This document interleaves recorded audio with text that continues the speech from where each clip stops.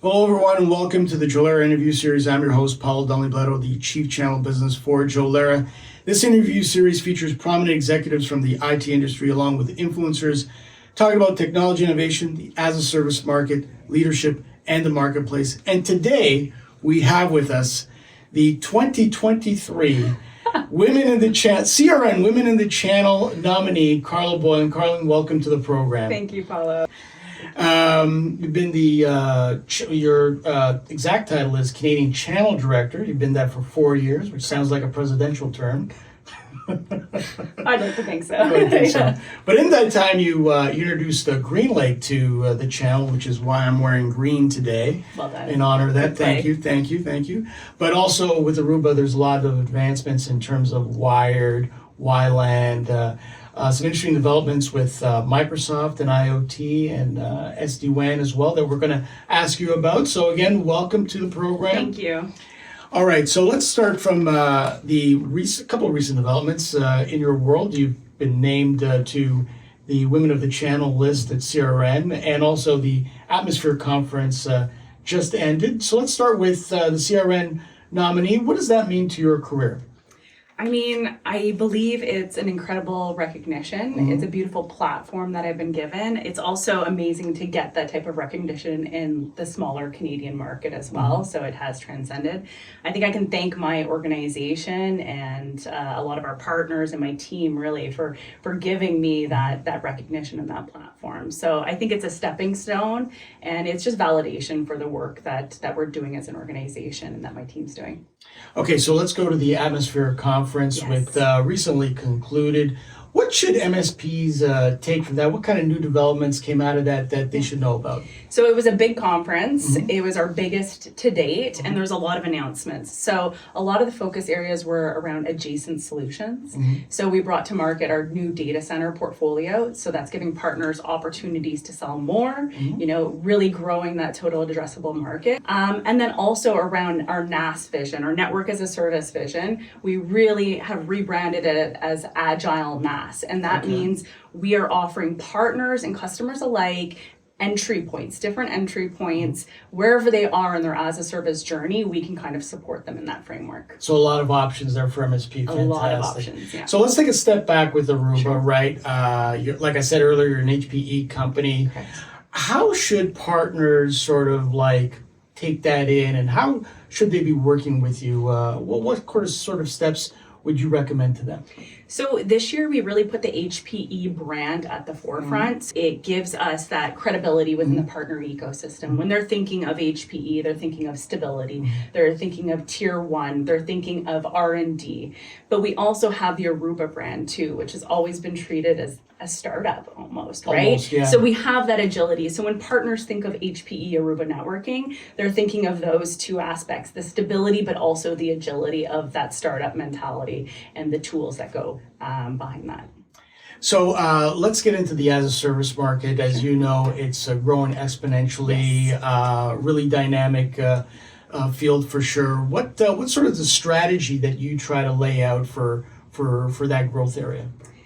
The strategy is really based upon, as I mentioned, where are you in your as-a-service mm-hmm. journey? So what we're doing is we're providing options. So if a partner is engaging in a large as-a-service engagement, perhaps it's a national or a multinational, they need an Aruba NOC and the Aruba brand to kind of back them in that engagement, and they need to benefit from the AI ops, then they're going to really look at the Green Lake for Aruba with AI ops offering, and we can offer that, and the partners deliver on the services. If they have a NOC, then we have the Managed Service Partner Center of Excellence, and that's where the partners have a frictionless way of transacting with Aruba to really build and operationalize their own managed service. So that's a really great option for those partners that already have that built. And sort of increases the speed to market in that Correct. Yeah. If partners are looking for a frictionless financial model to build their customers on a monthly, then we also have the Aruba service packs that they can layer on to keep that hardware off their books and their customers' books, and that would reside under the HPFS. So that's a cool tool that we've recently launched and brought to market. And then lastly would be if the partners are not there yet in the journey, we have great partnerships with organizations like Jolera to really help be that MSP backing for them as they are in build mode, or maybe that's just their go-to-market. Right. So we're fortunate for those partnerships as well. Fantastic. And so let's talk about Green Lake, because I teed that off the top. Yeah. I'm wearing green in honor of Green Lake. And with that as a service story too, I mean, one of the unique things about it is the blockchain storage, right? How is that going to be a game changer in the marketplace, in your opinion? I mean, the market, it has an appetite for it. I think a lot of the organizations are struggling from a staffing perspective, and it's really forcing them into those OpEx types models and looking to outsource certain things.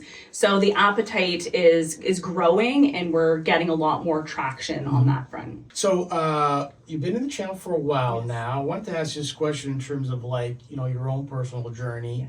What sort of significant changes that you've seen that really impacted your own job and what you try to accomplish, the mandates that you have and stuff like that during your time, and what should MSPs know in general from that experience? So I think the biggest impact that I've seen has really been the market's appetite for as a service and needing to move into more OpEx models. This has been fueled by staffing shortages. So it's come hard and fast at us, and that's actually driven from customer demand, not necessarily from the channel. So as an organization, that's changed our channel go to market and bringing in the tools and the framework on how to go to market in that motion. So a lot of internal training, a lot of external training to support that. But we were fortunate enough to be in a position with HPE that they were ahead of that. That was all coming, that as a service motion prior to COVID. So COVID putting the fuel on the fire, we were in a really good position organizationally, and I believe we've really led the charge from a manufacturer perspective. So as a channel leader, how competitive do you need to be? We're asking me, not my team, right? I'm asking you, yes. Good question. I believe you do have to be competitive, and I take competitiveness as passion, and I'm very passionate about my role and all the opportunities ahead. So I think it all plays into it. I think if you want to effectively do your job and build out the correct, ecosystem for the partners and for your team, there is definitely a level of competitiveness, and I'll bring that to the table. I know you will, because I looked into your background a bit, and you were one time a high-end athlete. So what sport did you play? How did that sort of lead to your approach as a channel leader? Yeah, so I dabbled in a little bit of competitive hockey and soccer in my youth, and never missed the opportunity to play some ball hockey in a co-ed league. And I think it has brought a lot to my current role, because I really believe that team dynamics drive success. And every win or loss is a learning opportunity. I probably sound like Ted Lasso right now. But do you make biscuits in the morning for your boss? I should. He'd love that. But yeah, I think it's a great opportunity, and it's really playing to people's strengths and rewarding them for those strengths. And then if others have repertoires that they need to work on, we can work on that as a team, or we can learn from that. Okay, so let's get personal a little bit, but just from a sports perspective, right? So people will get to know a little bit about you. Who are your favorite hockey players? You said you played soccer and hockey, right? So who's your favorite hockey player, hockey team, soccer player, and soccer team? But I'm going to get crucified for this one. Why is that? Because it's going to be the unpopular opinion. I grew up in Ottawa, so I was a hometown hockey fan. So I love the Sens, and I actually grew up playing in the Stevie Y Arena. So Steve Eiserman for people. So we had 30 and under. We just dated Hall of Famer. We just dated ourselves, didn't we? 4-time Stanley Cup champion. I digress. Go on. Yeah. So grew up in the Stevie Y Arena. So that would probably be my favorite. Steve Eiserman, terrific player. What about soccer? Any You know, Did you support them? my youngest son's name is Cristiano. Not after Cristiano Ronaldo. He asks me every day, and I think he wants the answer to change and for me to say yes. But no, Has he shown you any of those skills lately? Yes, Good. I'm spending hours at the soccer pitch with my youngest, Fantastic. and he's really focused on It's a soccer. great time of life for sure. Yeah, absolutely. So where can people find you on social media, online? How can they get a hold of you? So you can find me on LinkedIn. Mm-hmm. That's probably about it. I'm not on any other social media platform. Yeah. Well, maybe that's a good thing, right? I think so. Yeah. I think so. Yeah. Okay, well, there you have it with Carla Boyling, the Canadian Channel Director for Aruba Networks, a Hewlett-Packard Enterprise company. That's it for me, Paul Dunley-Bledsoe, for the Jolera Interview Series. Until next time, thanks for watching.